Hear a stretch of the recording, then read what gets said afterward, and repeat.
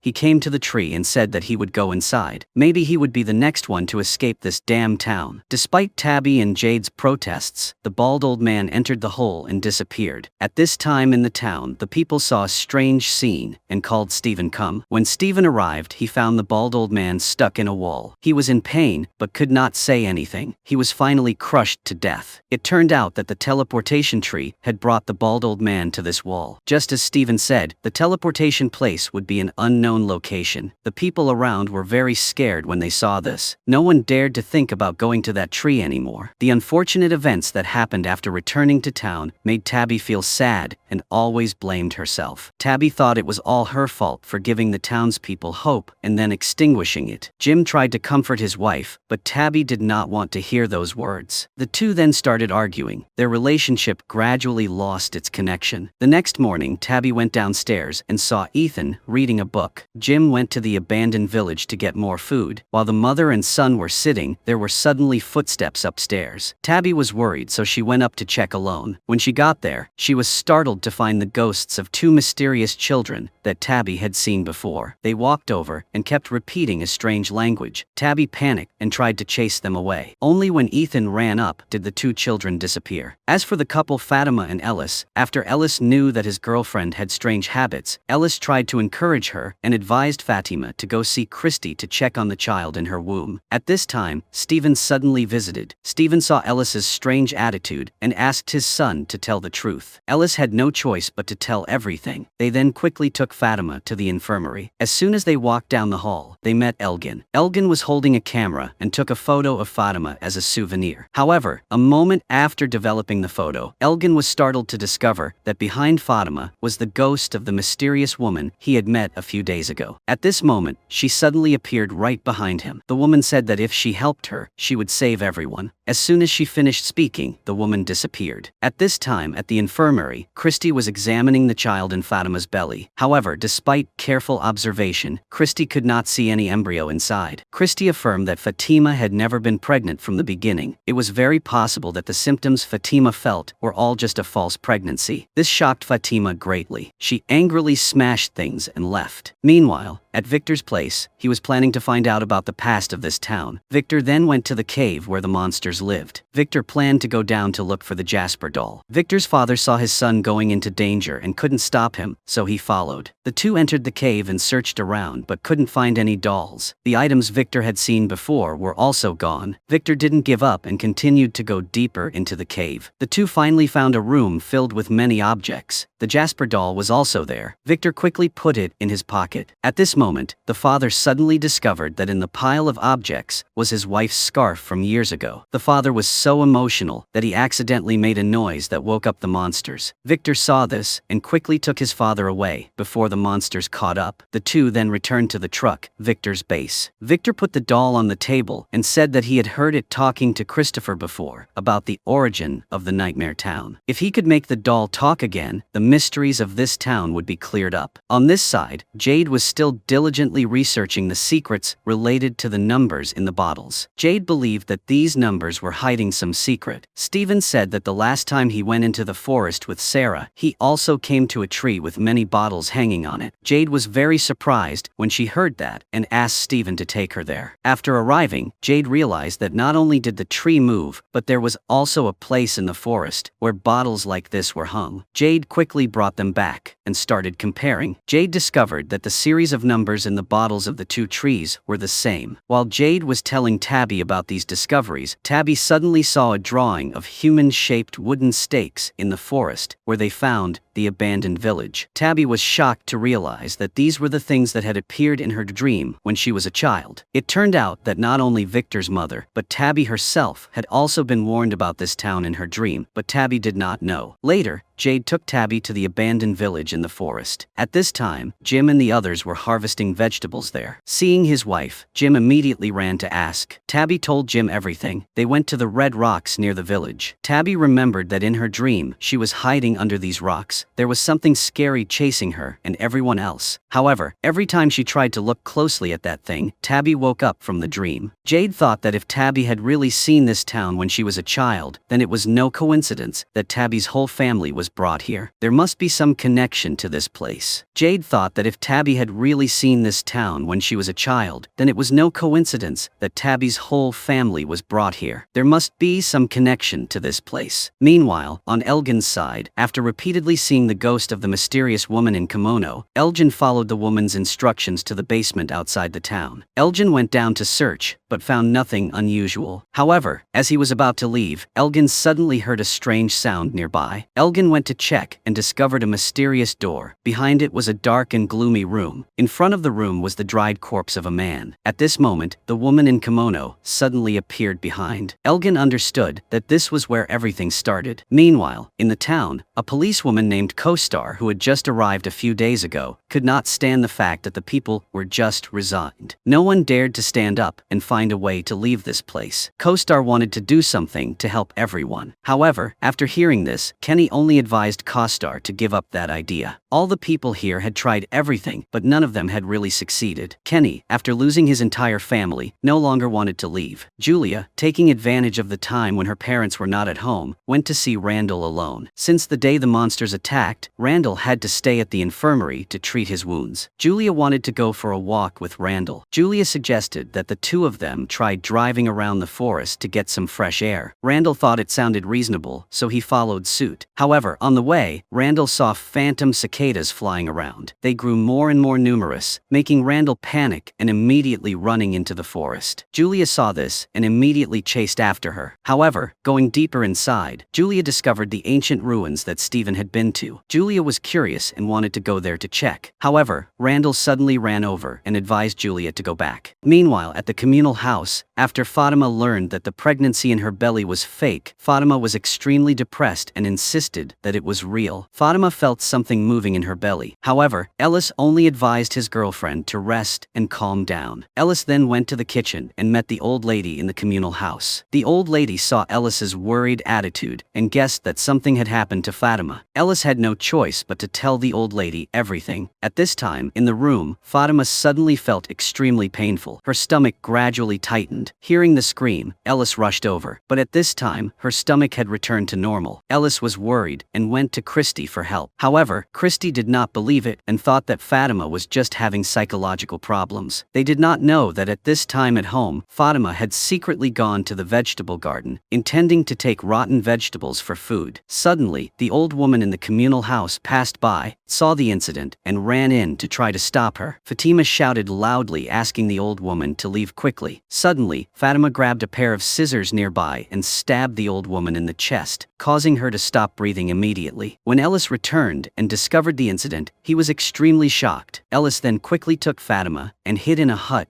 deep in the forest. Ellis did not want his girlfriend to be captured by the villagers, so he asked Fatima to stay here for a few days, wait until everything returned to normal, and then decide what to do next. Fatima was extremely scared at this time, not understanding why she acted like that. After Ellis left, Fatima suddenly saw the ghost of a mysterious woman in a kimono standing in the corner of the wall. However, in the blink of an eye, the woman had disappeared. At this time, in the town, the villagers discovered the old woman's body lying dead in the vegetable garden. The news quickly spread everywhere. Everyone was extremely worried about who the culprit was. Stephen ordered everyone to return home quickly. He tried to calm them down, advising them not to worry too much. Policewoman Kostar volunteered to investigate, questioning everyone in town. However, everyone thought that Sarah was the one who caused this case, just because Sarah had killed someone before. Meanwhile, in Stephen's place, after knowing that Fatima was the culprit, he was extremely shocked. Stephen wanted to find a way to help Fatima escape the death penalty. However, Ellis thought that they should tell the truth to the villagers and hoped that they would forgive Fatima, because this was just an unwanted accident. While the two were talking, Donna suddenly walked in and saw the strange attitude of the father and son. Stephen could not hide it and immediately told Donna the whole truth. Stephen thought that if he used his words, he could make the villagers believe and forgive Fatima, like Sarah's case before. However, Donna immediately denied it and said that Stephen's words were no longer trusted by many people like before. They would definitely sentence the girl to death. After Donna left, Stephen asked Ellis to quickly pack up and take Fatima to escape. Victor was trying every way to talk to the doll, but it was completely motionless, not able to talk at all. Victor was angry, so he went to Sarah and told her everything. Victor felt disappointed when he couldn't remember the content of the conversation between the doll and Christopher. What did they talk about? This was later found out by Tabby. Tabby went to see Victor and helped him remember the past. After a while of trying to ponder the past events, Victor finally remembered. The place where he witnessed the talking doll was in the basement of the church. They quickly went there. As soon as they stepped down, the scene from the past suddenly appeared before their eyes. Only then did Victor remember that it was not the doll talking, but the mysterious boy in white. The boy was telling Christopher about the secret of this town, but Christopher was extremely angry after hearing it. Victor still clearly remembered a sentence the boy said. To find the answer, he had to return to the starting point. The children born in the dark were also murdered in the dark. Their bodies created the teleportation tree. The only way to save the children was to go through that tree. At this time, Julia had returned home alone to meet her younger brother Ethan. Julia wanted to go into the forest with Ethan to the ruins she had seen the day before. Julia said that it seemed like there was some invisible force that wanted her to go into the ruins. Julia then slowly walked over, but as soon as she stepped in, she suddenly had a seizure. In Julia's mind, she was standing standing in a cellar. Julia saw herself, Randall, and Mari, 3 people tied up and screaming in panic, just like when they were unconscious last time. Julia panicked, covered her ears and closed her eyes. When Julia opened her eyes, the illusion had disappeared. Instead, in the corner of the wall appeared an old man who was tied up. The old man asked Julia to lower a rope down a nearby well because someone needed help. Julia immediately did as she was told. Surprisingly, the person who was saved was Stephen. It turned out that when Stephen was stuck at the bottom of the well, someone threw a rope down to rescue him. It turned out that the mysterious person was Julia. Julia then went through the door to a dark cave. Julia heard her mother's panicked crying, mixed with the voices of children speaking a strange language. Julia rushed to the source of the sound, but immediately woke up. It turned out that Costar and Kenny had taken Julia away from the ruins. Julia was extremely scared and hugged Ethan. Meanwhile, Stephen had secretly taken Ellis into the forest to Fatima's hut. Ellis had prepared everything to escape with Fatima. However, when he arrived, he was surprised to find that the door to the hut was wide open. Fatima had also disappeared without a trace. It turned out that a few hours earlier, Elgin had come to see Fatima and taken her to the cellar outside of town. Elgin said that this was Fatima's new hideout. Fatima thought that Ellis was below, so she went down, but suddenly realized that it was all a trap. Fatima tried to run away, but was immediately held back by Elgin. Elgin then calmed Fatima down and said that he had no bad intentions. Elgin said that the child in Fatima's belly must be born healthy. It was not Fatima's child, but if it was born successfully, all the people in the town would be freed from this place. It was the woman in the kimono who told Elgin that. Elgin believed and followed the woman's words. Elgin even gave Fatima his blood to drink, all because he wanted the child in Fatima's belly to be healthy. That night, Sarah was at home when she suddenly had a severe headache. The strange voice in Sarah's head suddenly rang out again. The next day, Sarah went to see Stephen and Ellis and told them about the voice in her head. Sarah said that Fatima did not run away but was captured by a villager. Fatima was being in a panic now. Everything would end if she couldn't find Fatima in time. Ellis was very worried after hearing that. Stephen saw that and made a plan with Donna. They then gathered the townspeople and announced that Fatima was missing. Everyone was very surprised after hearing that. Everyone thought that Fatima was also a victim being held by someone. Stephen asked the townspeople to split up and search for Fatima's whereabouts. At this time, Victor felt extremely angry after remembering everything. Victor then took an axe and went to the teleportation tree, intending to cut it down. Suddenly, a mysterious boy in white appeared to stop him. The boy said that the teleportation tree must not be damaged, because it was very important. Victor realized that the boy had also changed. He was no longer as small as before. Victor wanted the boy to tell him all the secrets of the town, as well as how to escape from here, just like when he told Christopher. However, the boy just silently left after hearing. Meanwhile, at Fatima's place, after many days of special care, Fatima's belly had now become much bigger. Fatima was in great pain trying to find a way to escape the cellar. Suddenly, she discovered a secret door under the floor, but no matter how hard she tried, it wouldn't open. At this time, the ghost of a woman in a kimono suddenly appeared, walked over and covered Fatima's mouth with her hand. At this time, Tabby was with Julia outside the town to find Fatima's whereabouts. Suddenly, Tabby discovered in the distance, the ghost of a child was reaching out to ask Tabby to follow it. Tabby quickly chased after her to the secret cellar. When she went down, Tabby saw Victor there. Victor then recounted the whole story. After hearing the conversation between the boy in white and Christopher, Victor went home and told his mother everything about the children and the moving tree. After hearing this, the mother went to the tree alone and unfortunately became a victim of the monsters. Victor thought that it was his fault that his mother died. Tabby then went to comfort him, but as soon as she touched Victor, Tabby suddenly saw an illusion of Victor's mother's past, seeing his mother lost in the forest and being eaten by the monsters. Tabby was extremely scared and screamed. Victor quickly took Tabby home to rest. Tabby then told Jim and Jade about this. Tabby thought that the illusion she saw was probably the clue that the children were trying to convey. It was definitely related to the moving tree. Jade said that the last time he went down to the monster's lair, he also saw the children lying on a rock. They looked up at the ceiling, where the tree roots connected together, forming a complete teleportation tree. It was all the same as what the boy in white had told Christopher before. Jim heard that and immediately guessed that the jars hanging on the tree were the puzzles they needed to solve if they wanted to find the secret behind this town. Meanwhile, Stephen, Ellis, and the others began to see Elgin's strange attitude. They suspected that Elgin was hiding something. They immediately planned to investigate Elgin. That day, Elgin was packing his things things and preparing to go to Fatima's place when he was stopped by Stephen. Stephen took Elgin into the room and began to question him. Elgin did not hide it and immediately admitted that he was keeping Fatima. However, Elgin believed that what he did was right. If Elgin successfully gave birth to the child in her womb, they would all be able to return. Sarah advised Elgin not to believe in unreal forces because she had been bewitched by them the last time, leading to her killing her own younger brother. Ellis angrily rushed over to question Fatima's whereabouts, but Elgin still refused to say anything. Seeing this, Stephen immediately returned home to get the torture box, determined to make Elgin confess, despite everyone's objections. Stephen asked them all to go out. Then, Stephen entered the room alone, tied Elgin up, and began to threaten him. Elgin was still stubborn. Even if he died, he would not say anything. Stephen angrily hit Elgin's hand with a hammer, causing Elgin to scream in pain. At this time, Co-Star happened to pass by, heard the scream, and immediately ran up to check. Co-Star was extremely angry when he saw the scene before him. Stephen then took Co-Star out of the room and began to explain. At this time, Sarah suddenly walked in alone to see Elgin. Elgin said that Stephen had helped him once, so this time Sarah would not make things difficult for Stephen. After speaking, Sarah immediately rushed to Elgin. A scream rang out. The people outside heard and rushed in, discovering that Elgin had lost an eye. Sarah finally forced Elgin to reveal where Fatima was being held. Meanwhile, at Fatima's place, her belly was getting bigger and bigger. Something inside was moving. Fatima was scared and picked up a piece of glass, intending to destroy the fetus. Suddenly, the woman in kimono appeared to stop her. She said that the time had come, then began to pull the fetus out of the girl's belly. By the time Stephen and Ellis arrived, it was too late. The cellar under the floor was wide open. Fatima said that the woman in kimono had taken her child down below. Fatima fearfully revealed that she had learned the true identity of the monsters in town. They were all fathers and mothers in the past who sacrificed their children in exchange for immortality. Stephen knew that the basement would hold many mysteries of the town. He was not afraid of danger, so he went down there alone. At this time, Tabby was still trying to find the meaning behind the numbers in the glass jars. Jade said that he had put together everything about numerology, astrology, even thousands of different calculations, but still could not figure out the meaning of those numbers. At this time, Jim suddenly had an idea about the 12 notes on the piano keyboard. The numbers would represent a note. Jade was surprised when she heard this. Jade did not think and immediately went back to open the pieces of paper to check. After trying to put them together according to the notes, Jade began to hum a strange melody that he had never heard before. Tabby suddenly had an idea. Try to go to the teleportation tree and hum this melody